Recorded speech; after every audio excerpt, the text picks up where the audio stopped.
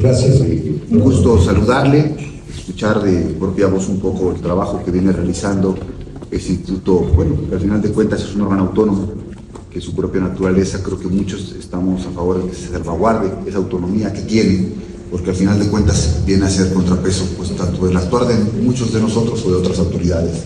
Y este esquema necesario de contrapesar las acciones es necesaria para poder poner al final de cuentas al centro a la persona y sus derechos inherentes que tiene, que es lo que tenemos que estar viendo y tutelando. Y a veces el enfoque de derechos humanos nos cuesta hasta trabajo en el legislativo, entenderlo en las legislaciones. Hemos tratado de ir aumentando el debate también en las iniciativas que sacamos para hacer valer el principio pro persona y otro tipo de cuestiones que hoy están vigentes, pero pues no, tampoco ha sido un trabajo fácil.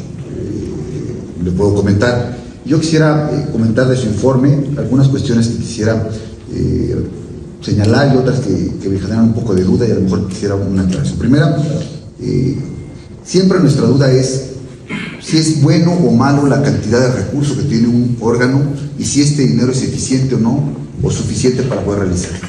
Siempre es esa gran duda y el problema es cómo medirlo. Y creo que hay una cosa que es muy interesante que usted dice. Y yo concuerdo que lo más importante es valorar las restituciones de derechos humanos que las quejas o que las recomendaciones. Porque al final de cuentas, el bien mayor logrado es que un ciudadano vuelva a tener a salvo sus derechos humanos y sean protegidos. En eso estoy de acuerdo. Y si vamos a ese parámetro, tomando en cuenta la información que usted me da, la verdad me da gusto saber que hoy en promedio cada restricción de derechos humanos, con el presupuesto que hemos aprobado, se tuvo una erogación promedio de 10,218 pesos cada restitución. Y si la comparamos con otros de los 4 estados que ponen aquí como los más altos, la verdad, al hacer rápido una conversión, pues en la Ciudad de México cuesta 6 veces más una restricción de derechos humanos. En el Estado de México cuesta 7.5 veces más una restricción de derechos humanos. Y en Jalisco, pues ya no digamos, cuesta 15 veces más cada restricción de derechos humanos, haciendo una conversión de su presupuesto contra las restituciones. Entonces yo creo que eso es un buen parámetro que nos da una señal de que se va haciendo lo mejor posible y espero que esta ampliación presupuestal que se ha dado pueda reflejar en el subsecuente una mayor cobertura de restituciones en el próximo ejercicio fiscal. Yo quiero comentar algunas cuestiones que habría que entender. Primero, el que haya 9,000 quejas puede ser diverso la motivación para presentarlas, que sin duda la comisión ha hecho una labor para ganar credibilidad y confianza, es una parte, pero habrá otra parte que vendrá porque algunas autoridades se vuelven ahora más omisas en las violaciones de derechos humanos. O sea, también habría que ponerlas y poder tener claramente un poco, a lo mejor va a ser difícil generar un parámetro porque solamente de la deducción de cada queja podríamos saber la naturaleza que motivó esta, ¿sí? Y para poder entenderla y poder hacerla. Aquí me preocupa una cuestión. De las 9,000 quejas, me señala que aumentó la cantidad que se recibe más en la capital que en el interior del estado. A ver si nos puede decir cuál ha sido el motivo, la principal razón por la cual entienden ustedes que está aumentando la cantidad de quejas en el municipio capital, a diferencia de las opciones que tienen regionales. Debe haber algún motivo que ustedes la cual identificaron y eso permitirá tener una mejor atención para el año subsecuente. Y por otro lado, mi pregunta es, de las 41 recomendaciones emitidas, ¿cuántas no han aceptado las autoridades al respecto? Porque está bien que se haga la emisión de la recomendación, pero a veces, y lo platicamos, recordará, a veces cuando no se acepta la recomendación, sigue subsistiendo en que más allá de la discusión política, si se acepta o no se acepta la recomendación, ¿sí?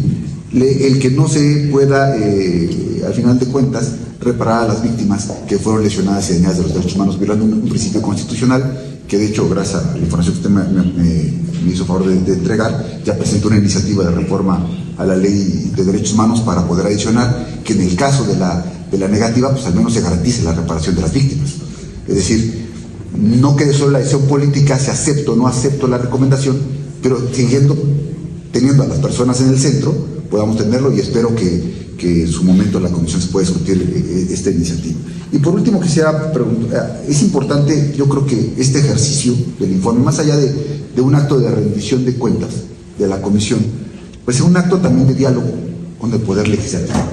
Y en este acto de diálogo con el Poder Legislativo, yo quería preguntarle sobre dos cosas. que yo tengo ahí en el tintero. Una, si nos puede informar qué pasó con la queja que inició de oficio la Comisión de Derechos Humanos, que se anunció en medios de comunicación, en relación a las agresiones policiales a un muchacho de la Universidad de Alba Edición, ¿sí? Saber si se siguió, si se ratificó o no se ratificó, saber un poco qué sucedió en ese tema. Y la otra, me llama la atención, y tiene que ver ya con el trabajo legislativo, estas dos, es una, en el tema de la síndico de Acatzingo, es un tema que yo abordé en la comparecencia del secretario de Gobernación la semana pasada. A más allá de las violaciones a derechos humanos, hay una serie de violaciones a la ley orgánica municipal que nosotros nos toca tutelar y nos toca cuidar en el Congreso. De hecho, en la Comisión de Gobernación ya hemos recibido una solicitud del Cabildo de Acatzingo para pedir su separación del cargo.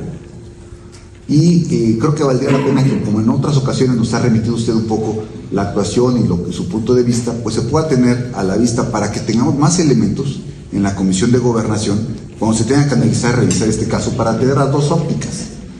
Y yo entiendo una cuestión que a mí se me hizo un abuso por parte del Cabildo de Acatzingo, a razón de que llega a la sesión, no le permiten entrar a la sesión, le dicen, le notifican ese acto que según está destituida, presuntamente luego por medios, no lo señala en ese momento del acto, pero dicen que es que porque le causó un daño al erario, porque perdió un juicio por cerca de 9 millones de pesos. Y el asunto es muy claro, es que si hubo una omisión por parte de la síndica, primero tenía que haberse agotado el procedimiento de determinación de responsabilidades de los servidores públicos, para ver si fue o no responsable de la sanción que le imputan, y no en un juicio sumario el Cabildo determinar su separación. Porque al final de cuentas, hoy nos piden al Congreso una revocación de mandato, y desafortunadamente son dos figuras distintas. La responsabilidad administrativa deriva del 108 y 109 de la Constitución y la revocación de mandato del 115.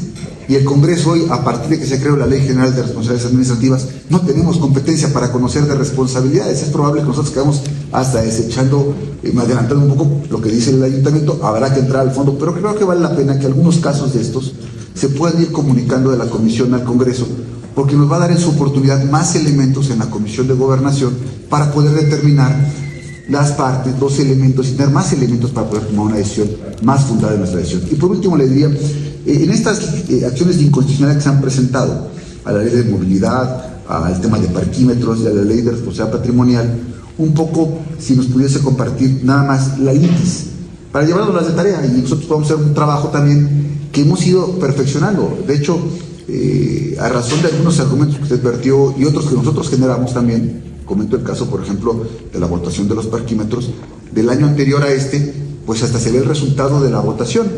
Y lo comento así, o sea, más allá de que se haya aprobado, esta ocasión en los parquímetros, 14 diputados no votamos, y otros sí.